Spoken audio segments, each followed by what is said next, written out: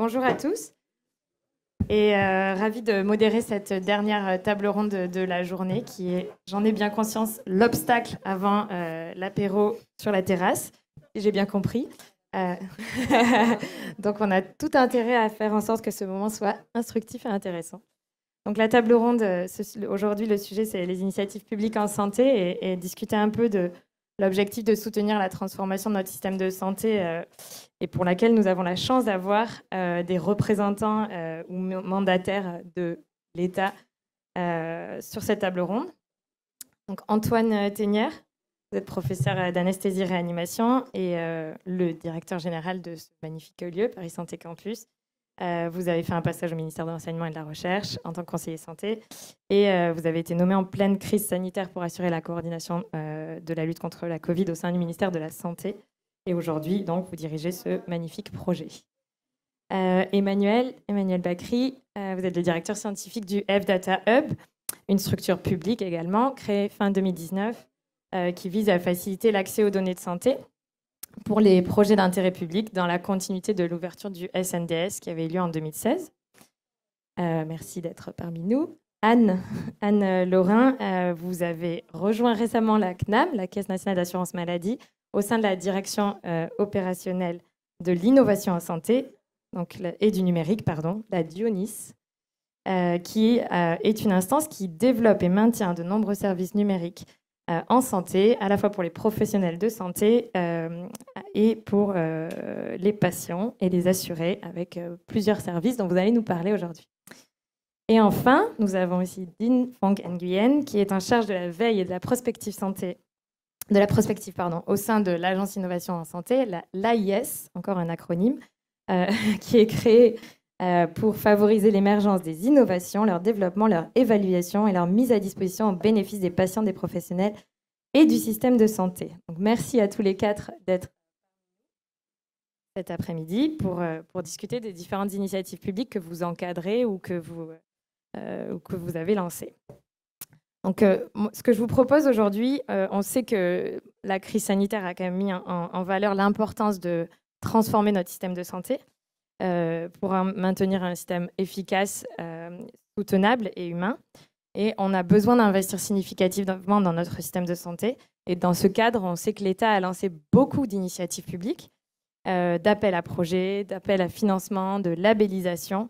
Et il n'est pas toujours facile pour les acteurs industriels ou entrepreneurs de naviguer, ou même le monde académique, de naviguer dans toutes ces initiatives publiques. Donc, pour la prochaine demi-heure, ce que je vous propose, c'est qu'on essaie de parcourir ces initiatives à travers les différentes étapes ou les différents stades de maturité d'un projet pour que vous donniez un peu de visibilité sur quand on est en phase d'amorçage ou de recherche, voilà les initiatives qui existent. Quand on est en phase de validation, voilà les initiatives. Quand on est en phase de déploiement, voilà les initiatives et qu'on puisse un peu plus avoir une visibilité sur tous ces mots-clés que sont l'AIS, l'ANS, les tiers-lieux, le Ségur, France 2030, Paris Santé Campus, Hôtel Dieu, donc toute cette multiplicité d'initiatives publiques qui, encore une fois, sont indispensables et plutôt positives, mais parfois un peu complexes à naviguer. Donc, si ça vous convient, on va commencer. La première phase, c'est la phase d'idéation ou de R&D. Vous avez envie de lancer un projet, vous avez une idée, un domaine. Quelles sont les initiatives qui existent sur cette phase-là? Et ce que je proposais, c'était que Emmanuel, peut-être avec le F-Data Hub, vous commenciez sur cette phase-là à illustrer ce que le F-Data Hub peut apporter. Alors, pardon. Donc le hub, la mission du hub, c'est de faciliter l'accès à la donnée de santé pour l'utilisation secondaire de la donnée de santé. Voilà, donc tout ce qui est relié à ça, on fait, voilà, de près ou de loin, on fait un accompagnement. Alors c'est évidemment notre rôle, c'est de mobiliser, enfin en tout cas d'accompagner des producteurs de données pour faire des données en qualité, qu'elles soient mobilisables par tout le secteur, donc qu'ils soient académiques ou industriels, start-up, grosses entreprises. Donc on a un très gros travail avec les producteurs de la donnée. On a une mission. Alors, on a une mission dans la gouvernance nationale aussi. Hein, dès que vous n'êtes pas dans une méthodologie de référence pour accéder à vos données de santé, en fait, vous êtes obligé de passer par une pipeline nationale de gouvernance. Et la pipeline nationale de gouvernance commence par le hub. Donc, c'est le guichet unique d'accès à la donnée de santé dès que vous êtes en dehors d'une méthodologie de référence. Donc ça, c'est notre deuxième rôle. Troisième rôle, on a une plateforme. Donc là, c'est essentiellement qu'on va utiliser dans le cadre de projets qu'on accompagne dans 2 cas paradigmatiques d'usage. Premier cas, vous avez besoin de chaînage avec des données, notamment avec les données du SNDS. Ça, c'est quelque chose d'assez technique. On va pas, c'est une technicité on ne peut pas dupliquer à l'infini dans tous les EDS et dans tous les hôpitaux. Donc ça, on pense qu'on a un rôle national à jouer à ce niveau-là. Et deuxième cas d'usage sur lequel il y a vraiment une raison pour nous de venir au hub, c'est vous avez besoin d'une grosse puissance de calcul. Même chose, si vous avez besoin de 40 GPU, on ne va pas mettre 40 GPU qui vont tourner dans tous les EDS de tous les hôpitaux. Ça n'aurait pas de sens.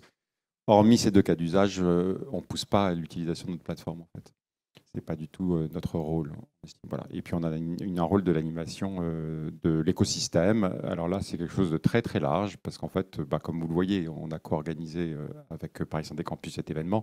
On parle avec tous les acteurs de l'écosystème, tout le monde académique, toutes les disciplines, tout le monde industriel, le monde hospitalier, et aussi bien au niveau national, au niveau européen, on joue un rôle tout à fait particulier puisqu'on coordonne le consortium qui a pour mission de mettre en place la version bêta de l'espace européen de données de santé pour l'utilisation secondaire de données de santé. Donc ça, c'est un rôle extrêmement fort au niveau européen. Donc on est vraiment très connecté à tout l'écosystème européen et au niveau international où aussi on est très, très, très actif. Merci. Antoine, sur cette première phase d'amorçage de projet, est-ce que vous pouvez nous parler des initiatives ou des partenariats facilités par public-privé, INRIA Startup, iLabs, Innov, ou quel est le support de Paris Santé Campus sur cette première phase? Merci beaucoup. Alors, si on essaye d'avoir un petit peu de recul et de regarder justement toute la chaîne de valeur ou on va dire le pipeline de croissance des jeunes projets, des jeunes entreprises dans ce domaine-là, finalement, au début, on est plutôt bon. Et c'est un constat qui est partagé, à la fois parce qu'il y a une richesse d'idéation qui est nourrie par une expertise dans la santé, dans la recherche qui est de bonne qualité, parce que c'est assez facile de créer des entreprises en France et qu'il y a des aides pour l'innovation dans différents domaines et en particulier dans la santé et encore plus, si je puis dire, depuis le plan Innovation Santé qui a été annoncé en 2021 et qui devient une verticale de France 2030 et dont l'AIS est un des éléments tout à fait concrets. Donc la première partie, elle est plutôt favorable. Et les entrepreneurs qui ont des idées peuvent trouver des acteurs avec qui construire ces idées, éventuellement mettre les premières briques à travers des startup studios, aller chercher les premiers financements, que ce soit des financements publics, des financements d'amorçage, notamment vous avez mentionné les concours comme iLab, etc. Et donc cette première partie, elle génère finalement pas mal de jeunes entreprises innovantes. Et le sujet pour nous, en fait, c'est surtout d'arriver à faire en sorte que ces jeunes entreprises qui se créent dépassent la première phase après justement avoir eu une bourse sur un concours d'innovation, avoir eu un premier financement avec des business angels, etc. Et arrivent dans le grand bain, si je puis dire, et sur tous les sujets dont on va parler et pour lesquels, là aussi, l'Agence d'innovation en santé et les pouvoirs publics ont un rôle extrêmement important aujourd'hui pour fluidifier et donner de la visibilité sur les processus ultérieurs, notamment tous les sujets qu'on a traités d'ailleurs aujourd'hui d'accès au marché, c'est-à-dire la certification, les enjeux de régulation, l'évaluation. Et quand on compare, et c'était le sujet de la table ronde précédente, avec d'autres pays, eh ben on se rend compte qu'on a encore des progrès à faire sur cette deuxième phase. Et donc finalement, au sein de Paris Santé Campus, on a nous fait le choix tout à fait assumé de rassembler des entreprises qui sont à différents moments de leur croissance. Donc on a des jeunes entreprises qui sont dans la première phase plutôt favorable dont j'ai parlé. C'est à peu près 30% des jeunes entreprises. Certaines sortent du Startup Studio qui a été monté par INRIA ou sont accompagnées depuis la recherche par INSERM Transfer qui est également un des acteurs qui est ici, ou viennent d'autres acteurs qui ne sont pas forcément typiquement présents. Mais on a aussi des entreprises qui sont dans la deuxième phase et qui sont plutôt dans des phases justement où elles sont en cours de certification, en cours d'évaluation en cours d'accélération, donc plutôt des durées d'existence de 2 à 3 ans pour aller un petit peu plus loin.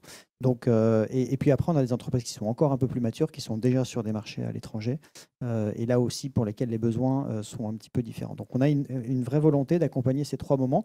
C'est un impact et des programmes qui sont différents, parce qu'on n'accompagne pas de la même façon une jeune entreprise qui vient d'avoir ses premiers financements et qui doit construire tous ces éléments pour démarrer, à une entreprise qui est en phase finale de certification et qui va pouvoir ensuite commencer à déployer des marchés, etc.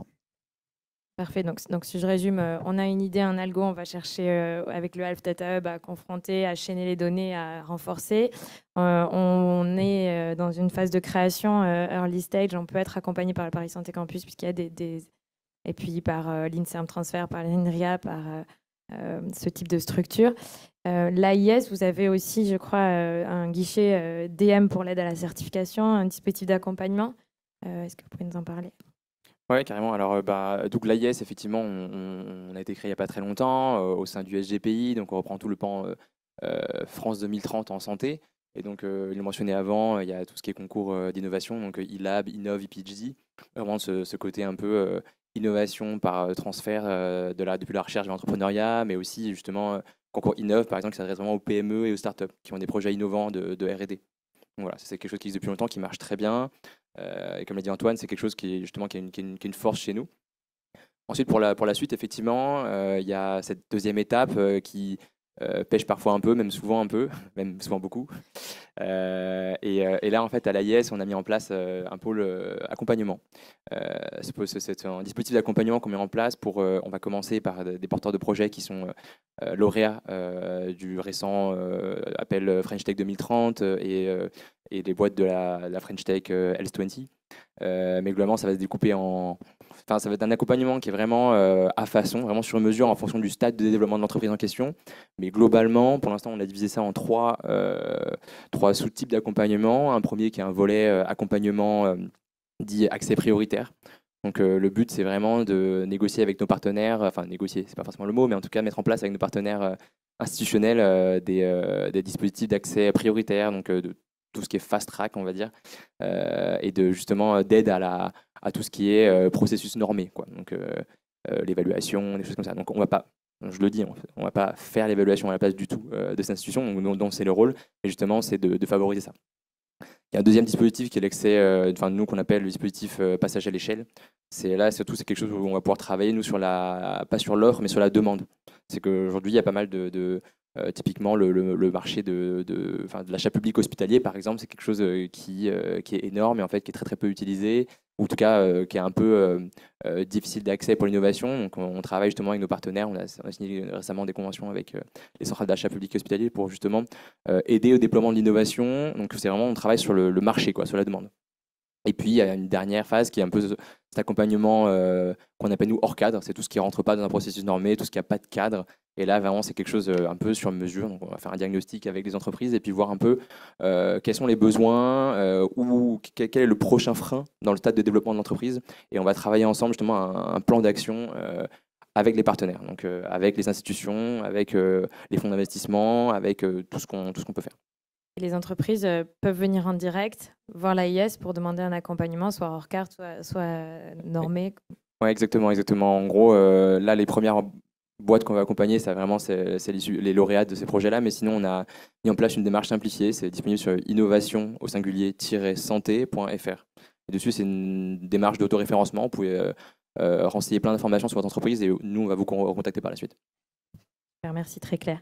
Et Anne, à l'assurance maladie, je crois que vous avez aussi mis en place récemment un nouveau département télésanté. Vous avez essayé de structurer un peu avec la Dionis l'accompagnement que vous pouvez faire autour de l'innovation, des catalogues. Est-ce que vous voulez nous en parler un peu ?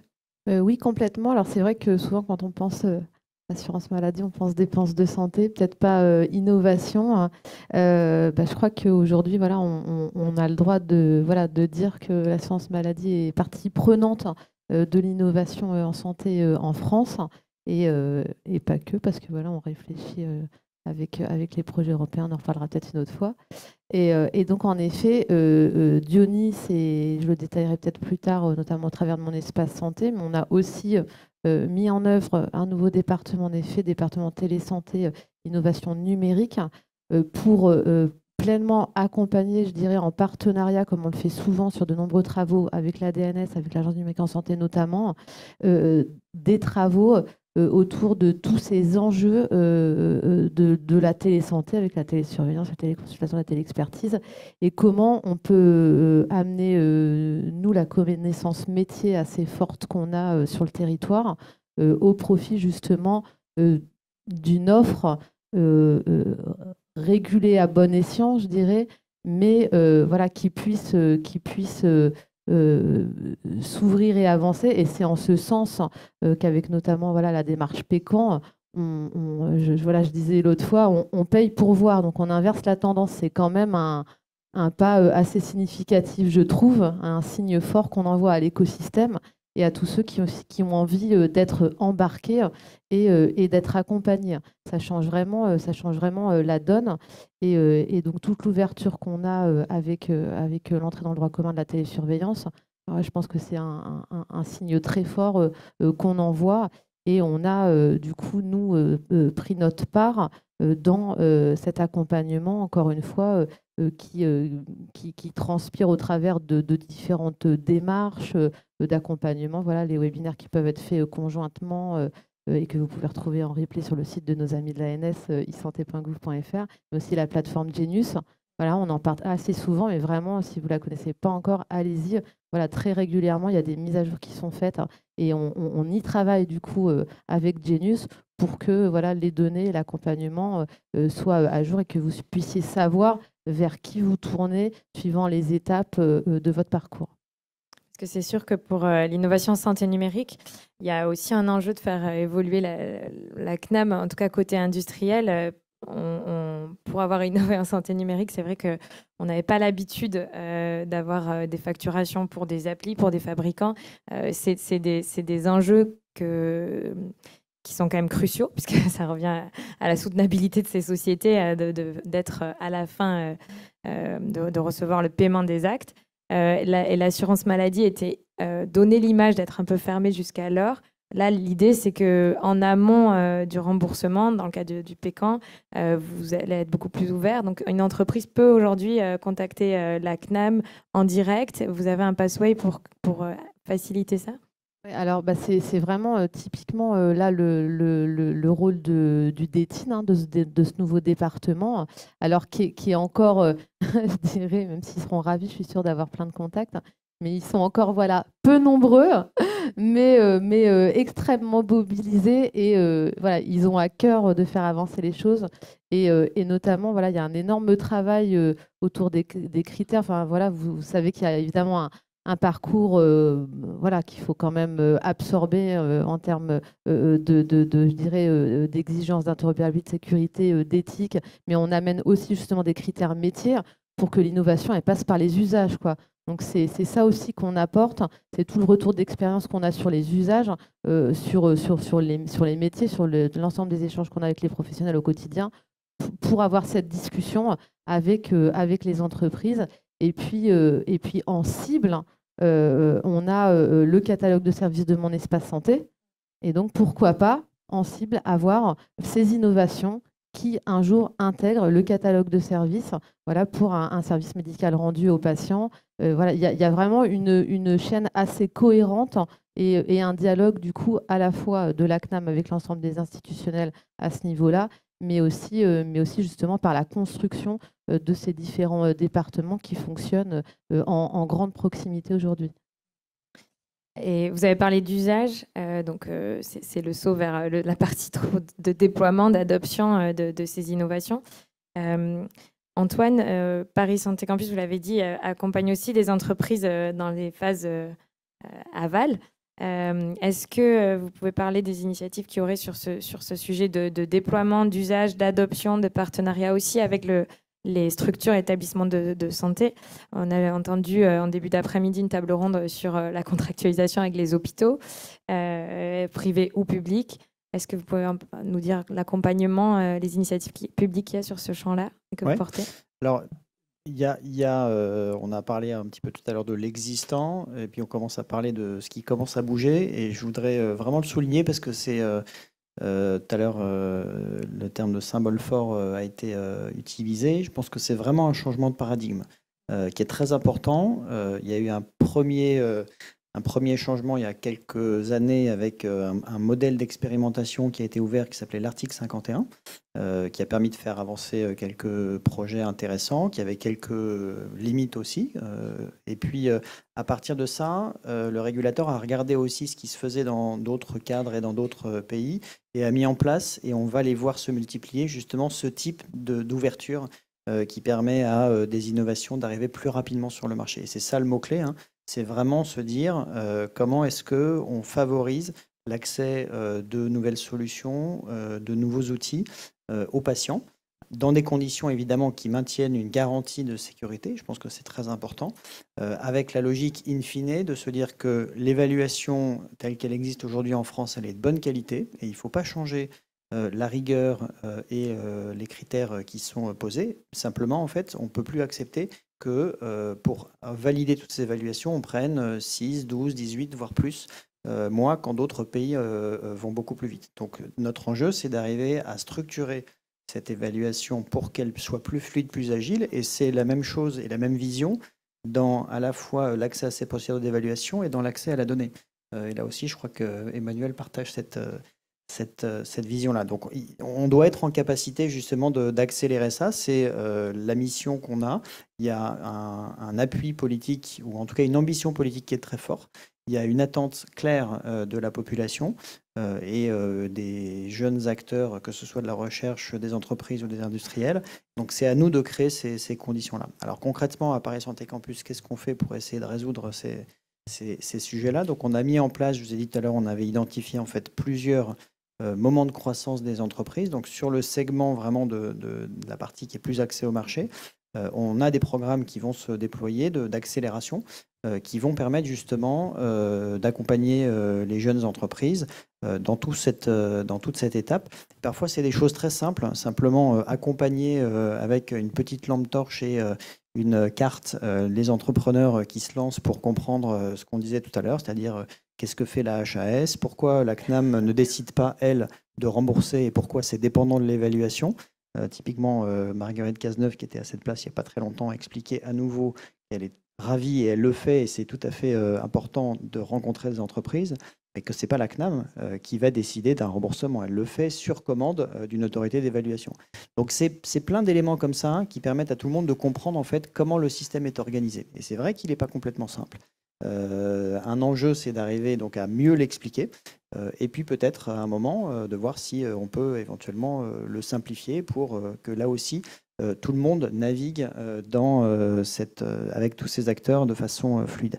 Et en ce sens, l'initiative que met en place l'AIS d'avoir un accompagnement personnalisé vraiment sur une logique inversée, c'est-à-dire je suis une agence publique, je fais de l'évaluation et j'attends qu'on vienne me voir avec des dossiers.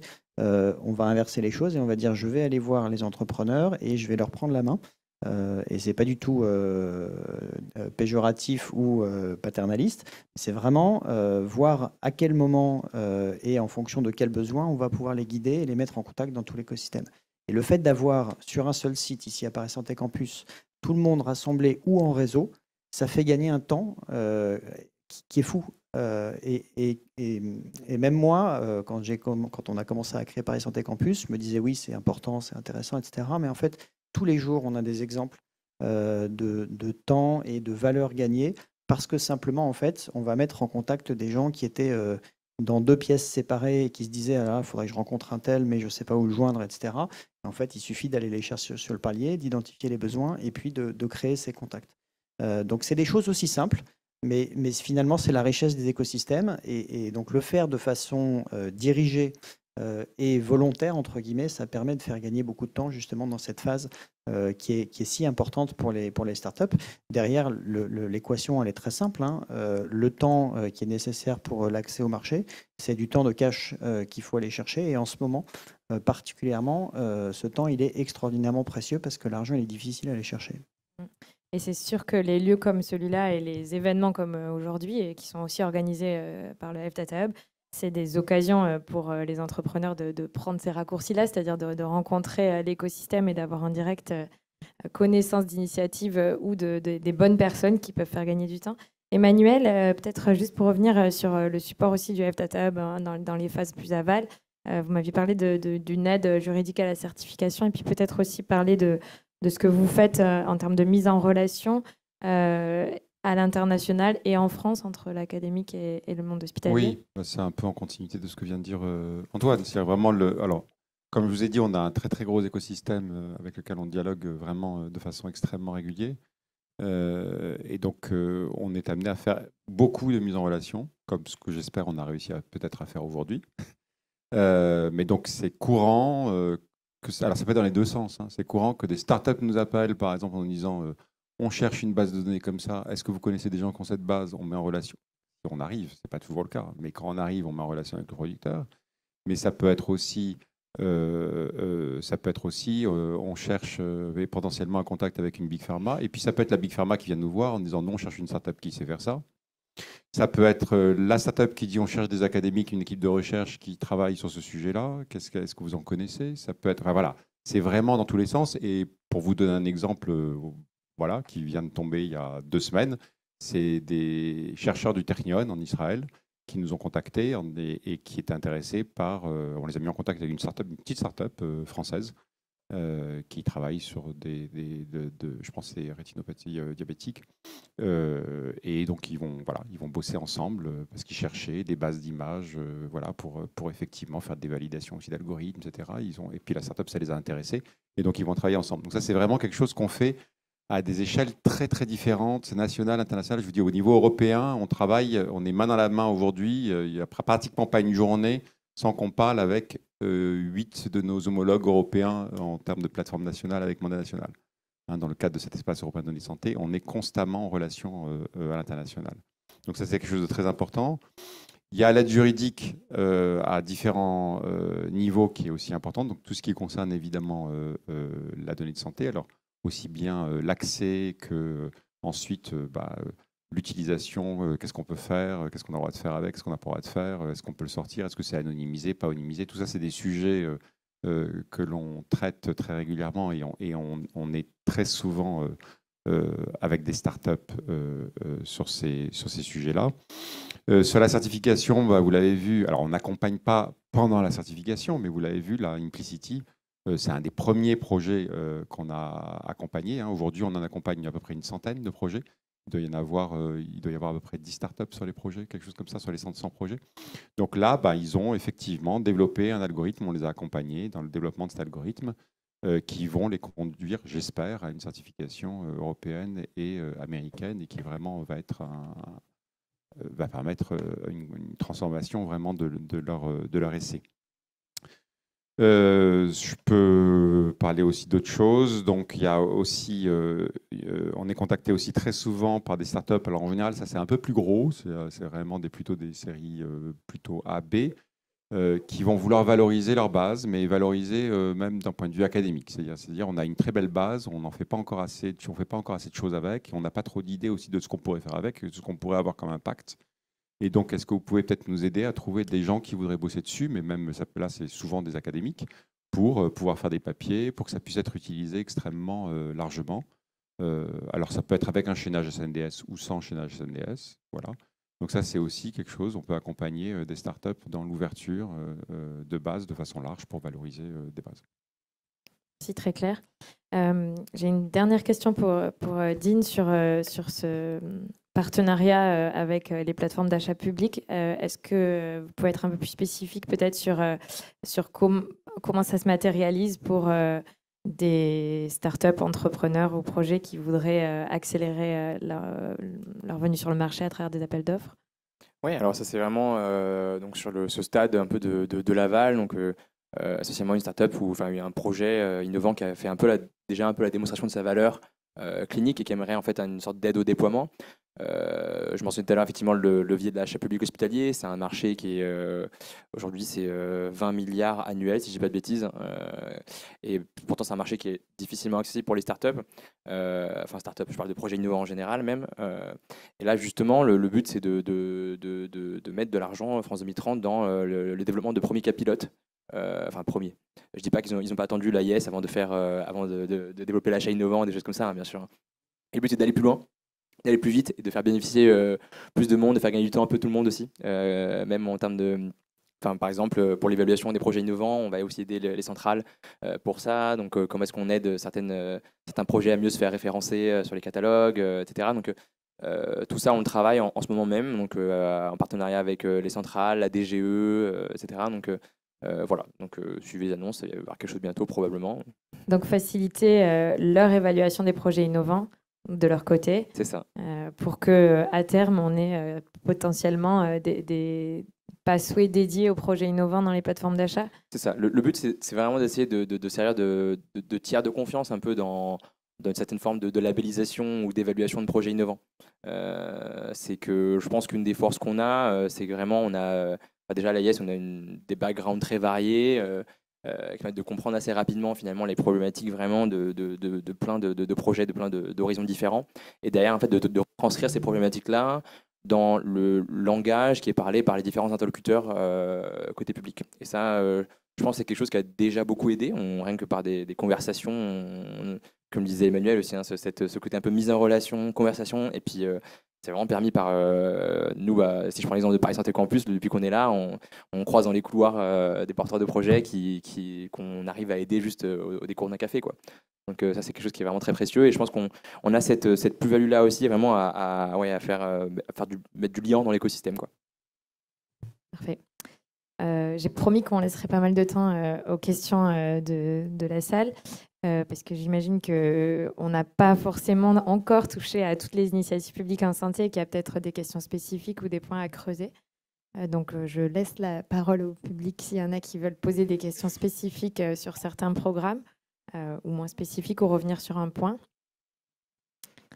Et si vous avez, pour lancer un peu le tour de chauffe, je commencerai par vous demander, est-ce que vous avez un conseil, une adresse mail, un site web, Anne a parlé de Genius, un conseil à donner chacun d'entre vous aux entrepreneurs, aux projets innovants, au monde académique pour accéder à ces soutiens publics?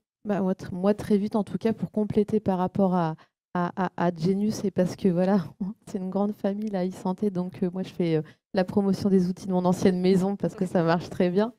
C'est l'outil Convergence, quoi. Donc vous avez évidemment la plateforme Genius qui va pouvoir vous orienter à différentes étapes, mais l'outil Convergence aujourd'hui qui est porté par l'ANS, il va vous servir vraiment de point d'entrée pour de nombreux programmes, le Ségur évidemment, le catalogue de services de mon espace santé, que vous soyez en parcours sans synchronisation ou avec synchronisation de données. La télésurveillance, on en a parlé. Donc, c'est vraiment un point d'entrée essentiel pour commencer à évaluer le niveau de vos outils par rapport à la doctrine numérique en santé et voir un petit peu au fil de l'eau ce qui va vous être demandé parce qu'évidemment, ça reste quand même assez conséquent. Donc, c'est toujours bien de s'y prendre tôt pour voir à quelle sauce on va être mangé. Convergence, ok. Côté hub, je ne sais pas si vous avez vu le stand du hub, on avait un petit stand avec un flyer, donc déjà je vous conseille d'aller prendre le flyer, ça c'est la première chose. Deuxième chose, n'hésitez pas, les startups, n'hésitez pas à vous faire connaître. Vraiment, si on vous a dans nos fichiers, on vous contactera, il y a des grandes chances pour des événements, pour des mises en relation, donc ça c'est vraiment important. On fait beaucoup d'appels à projets, on en organise beaucoup, donc surveillez ça aussi. Si vous êtes abonné à notre newsletter, vous les verrez passer. Il y en a un ouvert par exemple aujourd'hui qu'on fait avec le Québec, avec le Fonds de recherche Québec en santé. C'est un appel à projet qui est centré sur l'innovation en santé, c'est pas très, très, très original, mais donc c'est avec de l'IA en fait essentiellement, ça veut dire IA et données de santé. Et des industriels peuvent participer avec des académiques. Et la seule condition, évidemment, c'est qu'il y ait des Québécois et des Français. Voilà. Et vous recevez un financement et québécois et français. Donc ça, c'est des choses vraiment, on en fait extrêmement régulièrement. On cherche aussi des partenaires souvent pour pour répondre à des appels à projets souvent européens. Donc ça, on le fait même avec des startups, ça nous arrive. Peut-être, pourquoi pas, par exemple, sur le dernier, là, on n'a pas parlé d'IA générative aujourd'hui, on n'a pas parlé de ChatGPT, ce qui est assez incroyable. Mais j'aurais peut-être pas dû commencer à en parler, mais c'est pas grave. Parce qu'on est avec des spécialistes ici. Mais voilà, il y a un appel à projet de l'ANR là, qui est sorti sur l'IA générative avec Bien commun. Donc ça, c'est des choses où on étudie effectivement des possibilités de réponse à cet appel à projet. Donc ça, c'est aussi des choses, vous pouvez nous solliciter sur ce genre de choses. Donc se faire connaître et regarder les appels à projets régulièrement sur le site. Dans les deux sens, ceux qu'on publie et ceux vers lesquels on pourrait vous accompagner. Marche.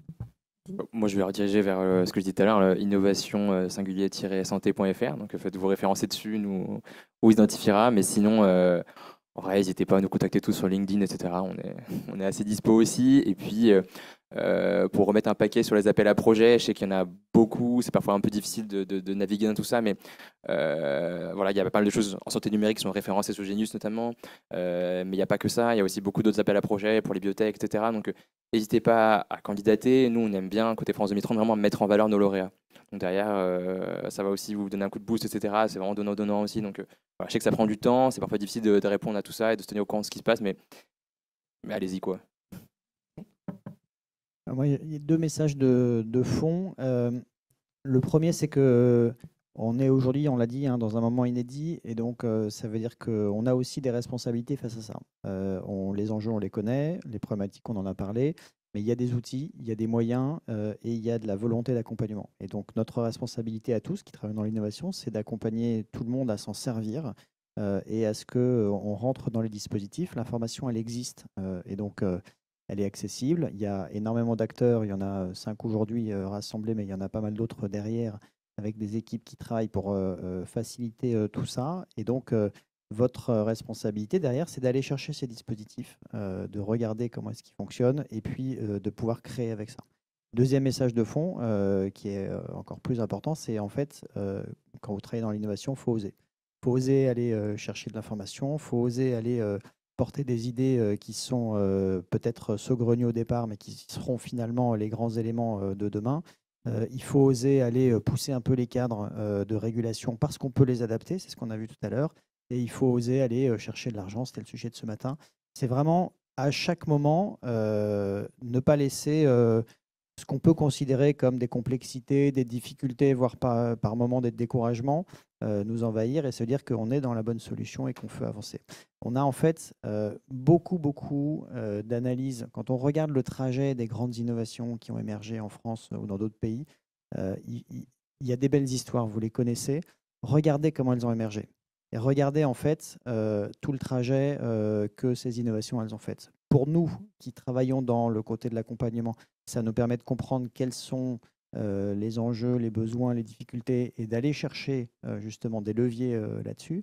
Et puis pour les gens qui portent ces innovations, c'est de montrer comment parfois, un peu contre tout le monde, on pense qu'on a raison et on va démontrer qu'on a raison et on arrive à faire des belles choses. On a quelques exemples, vous connaissez peut-être le TAVI, qui est l'innovation sur les valves cardiaques. C'est, je trouve, un exemple assez caricatural et très illustratif de cette logique-là.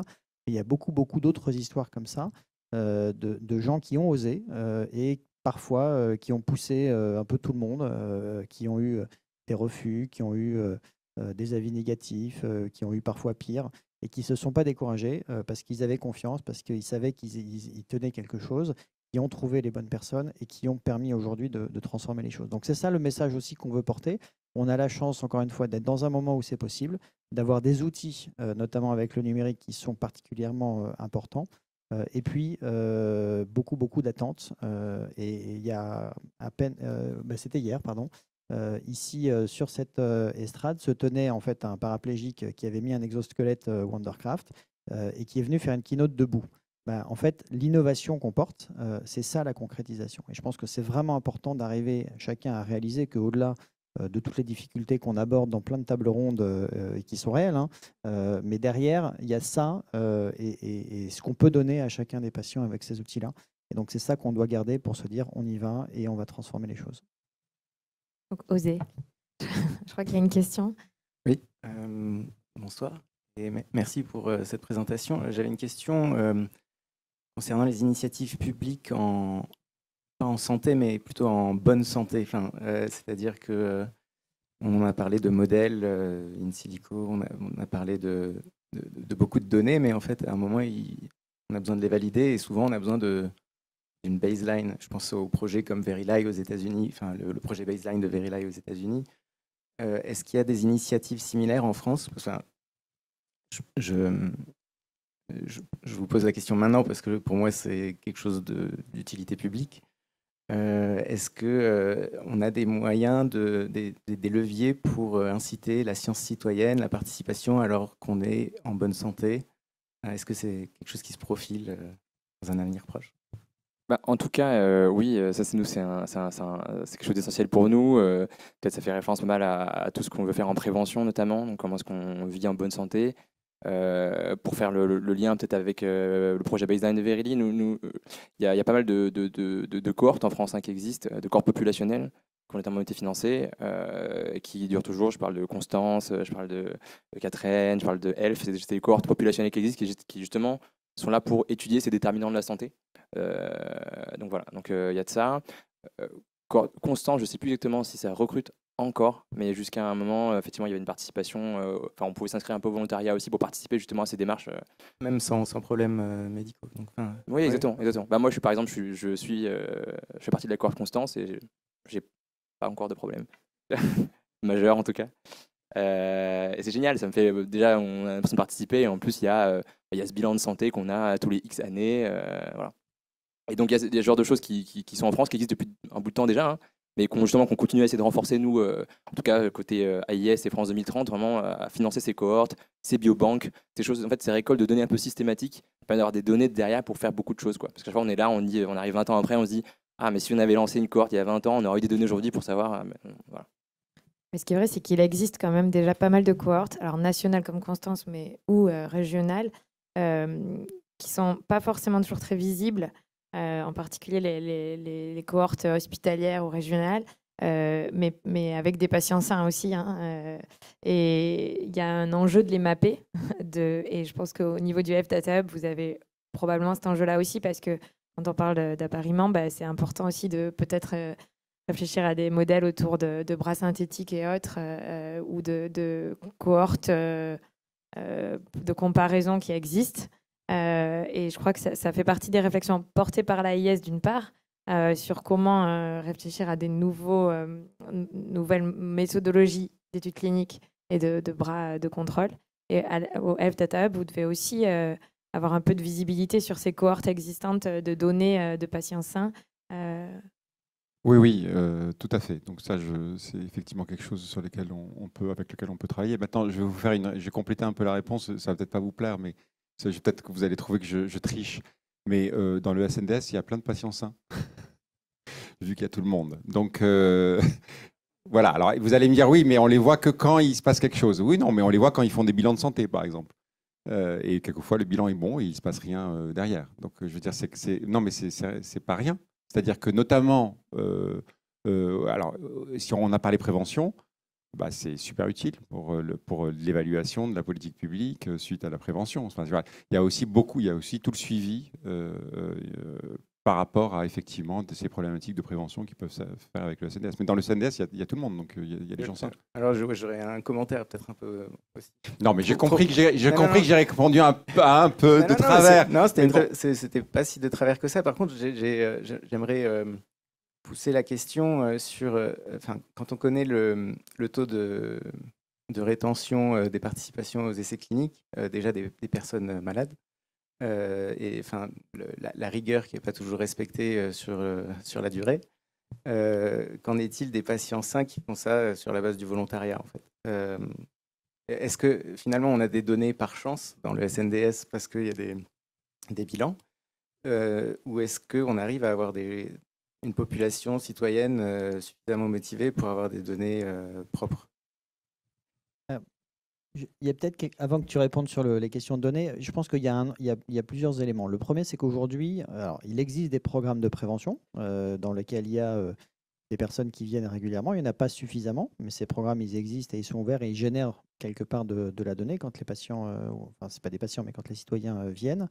Moi, je suis convaincu que l'émergence des outils de recueil de données vont transformer complètement la donne, parce qu'aujourd'hui, c'est une logique volontariste où il faut aller se déplacer dans un centre, prendre rendez-vous pour avoir une journée de bilan, etc. Ça a un impact positif qui est peut-être pas directement mesurable pour le patient, mais certains s'engagent et c'est très bien là-dedans. Demain, ce sera beaucoup plus simple parce qu'on pourra recueillir des données de façon beaucoup plus passive, entre guillemets, avec évidemment à la fois les autorisations, les consentements, l'information, enfin tout ce qui va bien avec. Mais ce que je veux dire, c'est qu'on a un énorme enjeu à travailler sur le design et l'usage autour de la prévention. Et c'est ça qui va faciliter à terme, avec l'émergence des outils de recueil de données, l'explosion de données en dehors des sites de soins. Aujourd'hui, reste le plus gros collectif. Demain, ce qu'on aura comme données en dehors de l'hôpital, en ville, à domicile, etc., va largement dépasser, parce que le collectif des patients, des citoyens et des patients qu'on va adresser est beaucoup plus important, largement dépasser ce qu'on collecte aujourd'hui comme données à l'hôpital. Donc il y a un enjeu à penser cette question de comment est-ce qu'on va faciliter, fluidifier, inciter chacun à recueillir de la donnée et à ce qu'elles soient intégrées dans des logiques de prévention. Et ça permettra justement de faciliter le sujet d'évaluation ensuite de toutes les initiatives qu'on va porter. Aujourd'hui, il y a déjà pas mal de choses qui existent. Et encore une fois, ce n'est pas très connu, mais il faut le faire savoir. À la fois avec des modèles de validation qui sont très forts. La vaccination, par exemple, c'est un des meilleurs modèles de prévention. Dépistage des cancers, ça fonctionne plutôt bien également.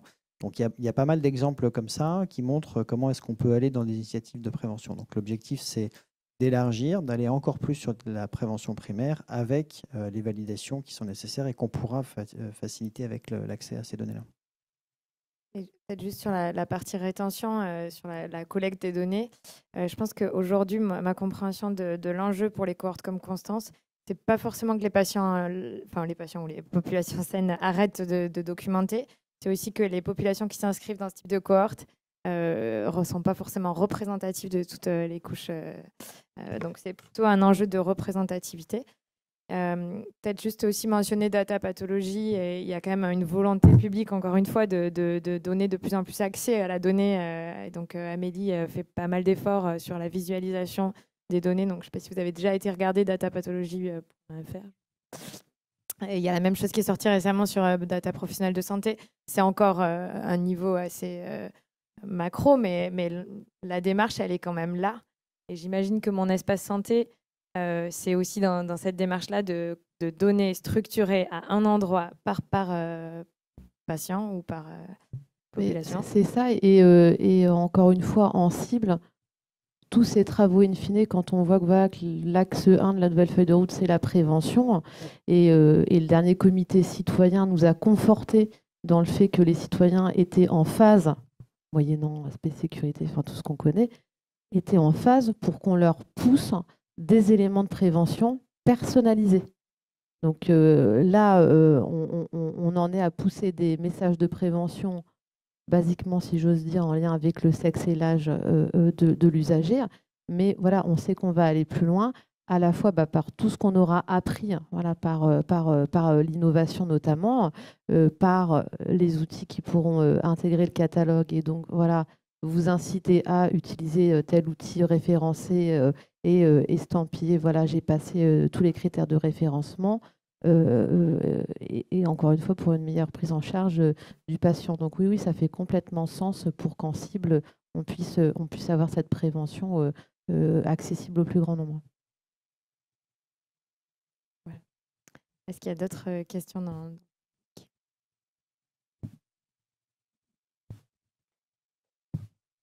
ou en ligne?